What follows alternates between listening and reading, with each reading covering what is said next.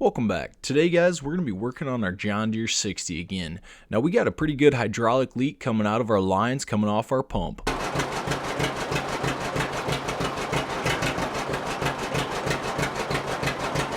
So there's the pump right up there. You can see it's connected to the governor housing there.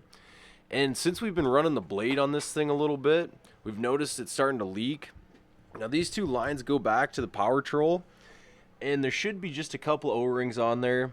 This hydraulic pump doesn't run crazy amounts of pressure. It's about 1100 psi if I remember right. So we're gonna go ahead, they got a couple bolts holding that on there. We're gonna pull these lines off, and hopefully I got the right O-rings here. Looked them up on the internet, tried to cross them over and get a standard number for them. So hoping I got the right O-rings. We'll go ahead and pop them lines off and see if we can get that leak to stop.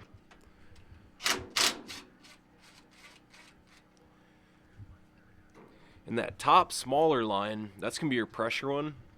Generally the smaller hydraulic line is always pressure, and the bigger one is the suction.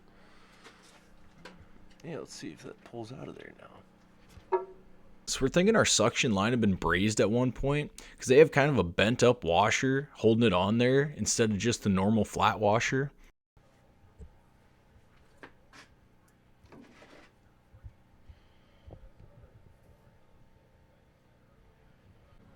Alright, so looks like there's why it's leaking. That O-ring is deteriorated. So it's kind of an interesting sealing system they have on here, where the O-ring sits down inside there and the line pushes up against it, just relying on them washers and bolts to hold it in there and keep pressure against it. And as you can see, this old O-ring is pretty flattened out and it's very hard, and normally when O-rings get hard, they don't seal.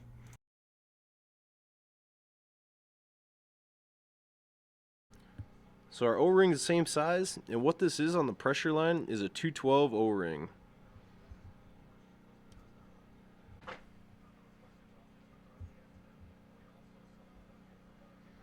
So if you look down on the suction one, you can see them gears of that pump in there, kinda. So while we were working on this, we decided to go ahead and replace our O-ring on our suction line as well. Now this one was a little bit more of a challenge to get out of there, and we thought about popping it loose back by the power troll to get a little more flexibility, but we were able to get it with a couple pry bars.